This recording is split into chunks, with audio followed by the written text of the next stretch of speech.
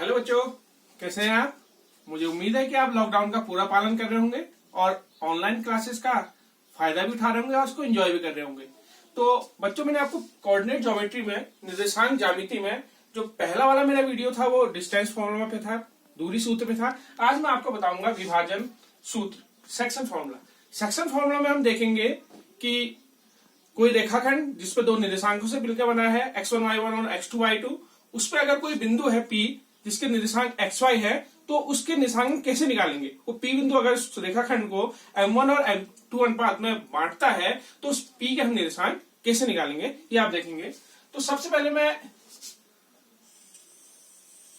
प्रथम चतुर्थांश बनाता हूं। मैं भुज और कोटि दोनों धनात्मक लूंगा, इसलिए प्रथम चतुर्थांश का प्रयोग करूंगा मैं। मूल बिंदु 0,0। अब इसमें हम देखते हैं कि कोई दो बिंदु हैं और इस दो बिंदुओं से मिलकर बना एक रेखाखंड है। तो हम दो बिंदु देख लेते हैं। इसका मैं नाम देता हूं, एक बिंदु A है, एक बिंदु B है। A के निर्देशांक x1 y1 है और B के निर्देशांक जो है x2 y2। अब हम देखेंगे A और B के मध्य कहीं पर एक P बिंदु लाई करेगा। एक P बिंदु होगा जो इस रेखाखंड को M1 और M2 अनुपात में विभक्त करेगा। तो मुझे P के निर्देशांक निकालने हैं, मुझे P के कोऑर्डिनेट निकालने हैं, P के निर्देशांक निकालने हैं। मान लेता हूं मैं P के निर्देशांक x और y है।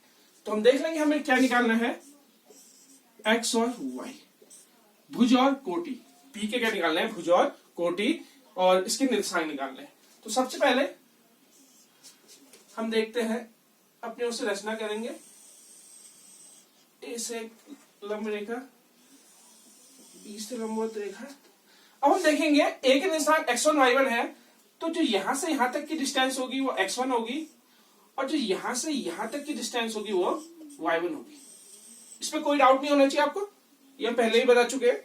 और B पे है, B के निर्देशांक x2 और y2 है, भुज x2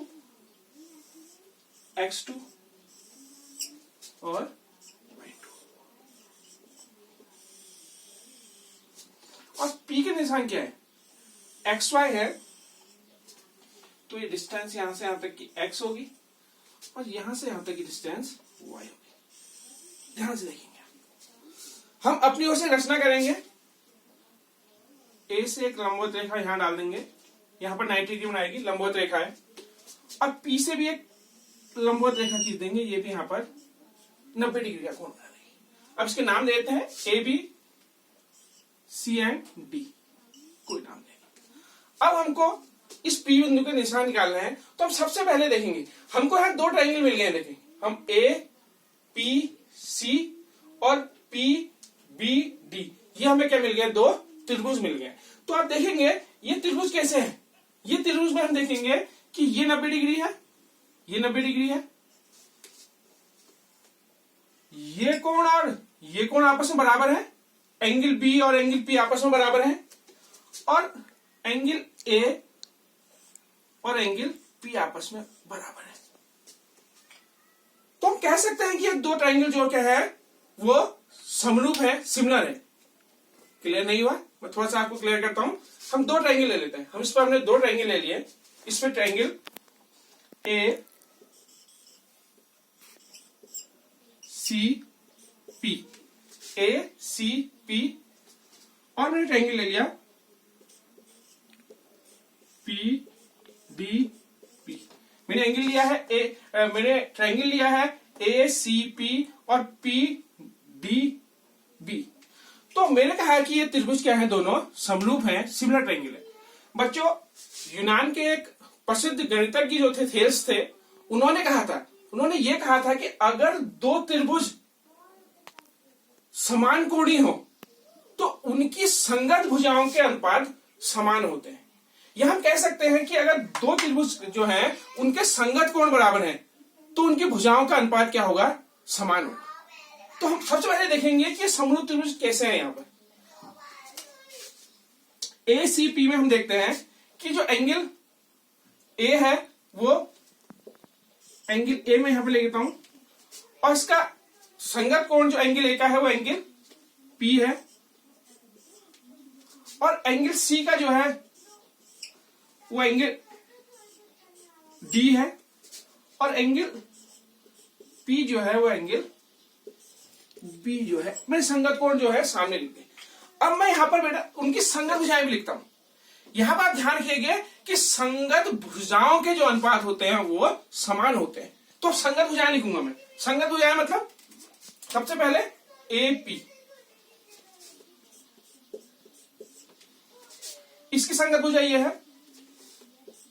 पी बी। उसके बाद मैं लिखता हूं ए सी, इसकी संगत भुजा पी डी। अब मैं संगत भुजा लिखता हूं पी सी, और इसकी संगत भुजा बी डी। अब मैंने कहा सबसे पहले ये त्रिभुज, दो त्रिभुज कैसे हैं? ये समान कोणी है। समान कोणी है मतलब इनके संगत कोण क्या है? समान है। संगत कोण अगर समान होंगे तो संगत भुजाएं क्या होंगी? उनके अनुपात समान होंगे। मतलब जो ये जो संगत भुजाएं हैं इनके हम रेशियो ले लें, ये रेशियो ले लें। रेशियो मतलब AP upon PB, AC upon PD और पीसी अपॉन बीडी। ये जो संगत समान कोणी है, ये अगर कोण संगत कोण समान है तो उनकी संगत भुजाओं के आप ध्यान रखना कि संगत भुजाओं के जो होंगे वो अनुपात आपस में क्या होंगे? बराबर होंगे। तब हम कह सकते हैं कि जो दो त्रिभुज ए सी पी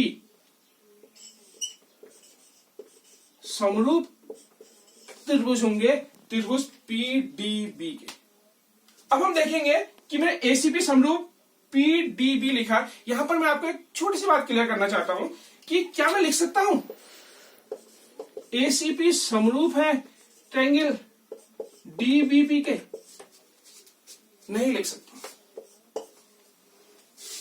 मैं अगर समरूप त्रिभुज में यहां पर कह रहा हूं तो उसके जैसे हम संगत कोण लेंगे उसी के अनुसार उसके हम क्या लेंगे? शीर्ष लेंगे। हम तो हम कह सकते हैं एंगल जो ए सी पी समरूप त्रिभुज पी डी बी कह सकते हैं, ये नहीं कह सकते।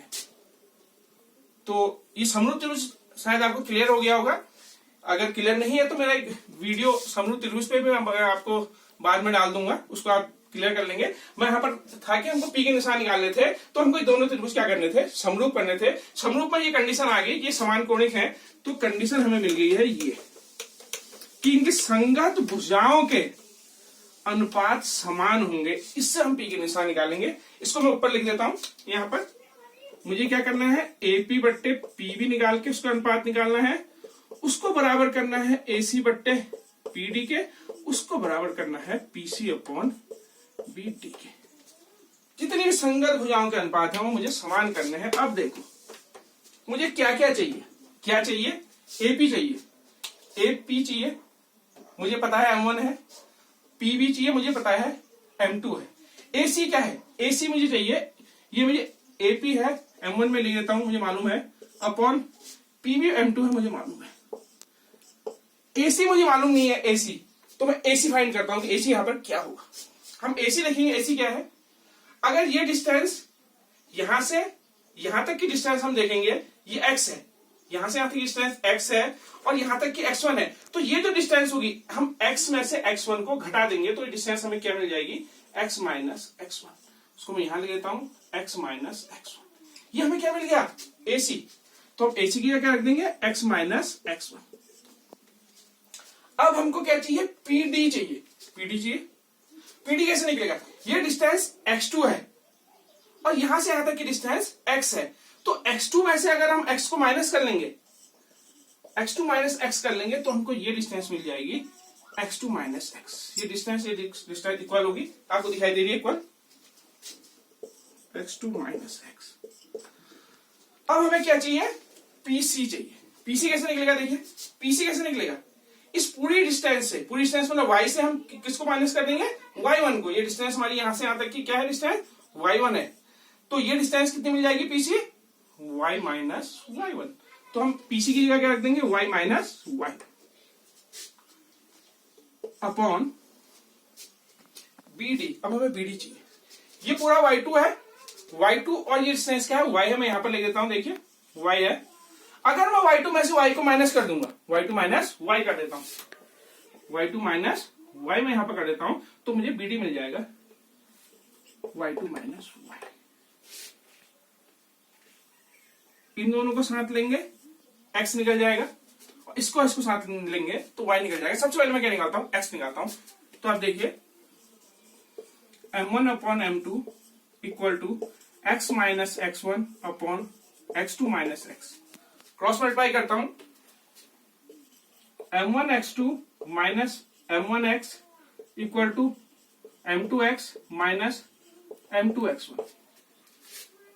अब इसमें सबसे पहले m1 upon x2 plus m2 x1 equal to, इसको वहां भेज देता हूं, m1x plus m2x, m1x2 plus m2x1, इसमें x कॉमन ले लूंगा तो m1 प्लस m2 बचेगा। अब यहां से x की वैल्यू फाइंड कर सकता हूं मैं, x equal to m1x2 plus m2x1 upon m1 plus m2। ये हो गया, x निकल गया हमारा भूस क्या निकल गया, x equal to m1x2 plus m2x1 upon m1 plus m2। अब इसी प्रकार अगर हम, मैं इसको मिटा देता हूं,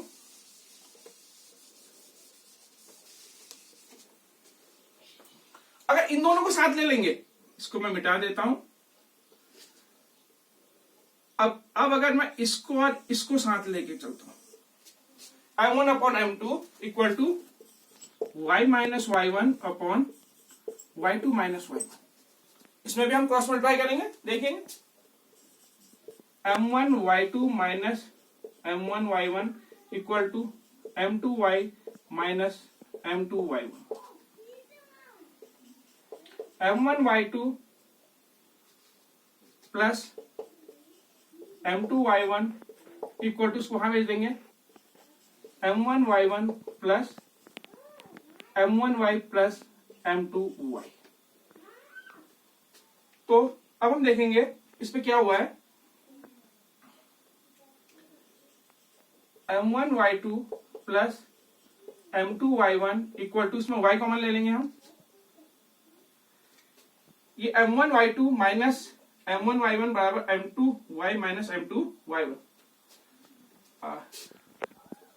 यहाँ पर थोड़ा सा मिस्टेक हो, मैंने y लिख दिया, हम इसको तो करेक्ट कर लेंगे, कोई दिक्कत नहीं, हमने ऐसे ही कर लिया था।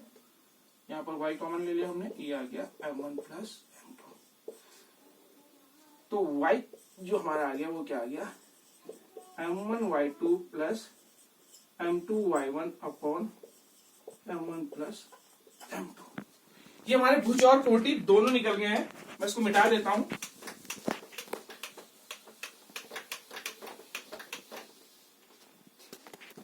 तो मैं देखता हूं जो हमें x मिल गया है, x जो हमें मिला है वो क्या मिला है, m1 x2 plus m2 x1 upon m1 plus m2, comma जो हमें y मिला है वो मिला है m1 y2 plus m2 y1 upon m1 plus m2। ये हमें P बिंदु के निर्देशांक मिल गए हैं, m1 x2 plus m2 x1 upon m1 plus m2, comma जो कोटि मिली है वो m1 y2 plus m2 y1 upon m1 plus m2। हम ये निकाल लेते हैं P बिंदु के निर्देशांक। तो मुझे उम्मीद है कि आपको ये सही से समझ में आ गया होगा। तो बच्चों इसकी आप प्रैक्टिस करिएगा, कोई भी डाउट है तो मेरे व्हाट्सएप नंबर पे आप मुझे कोई मैसेज सेंड करिएगा, मैं आपका रिप्लाई करूंगा, आपका जवाब दूंगा। और इस लॉकडाउन पीरियड में आप घर पे बैठ के एंजॉय करिए और ई लर्निंग को एंजॉय करिए और सोशल डिस्टेंसिंग जो है उसको बना के रखिए और बार बार अपने हाथ धोते रहिए। Thank you.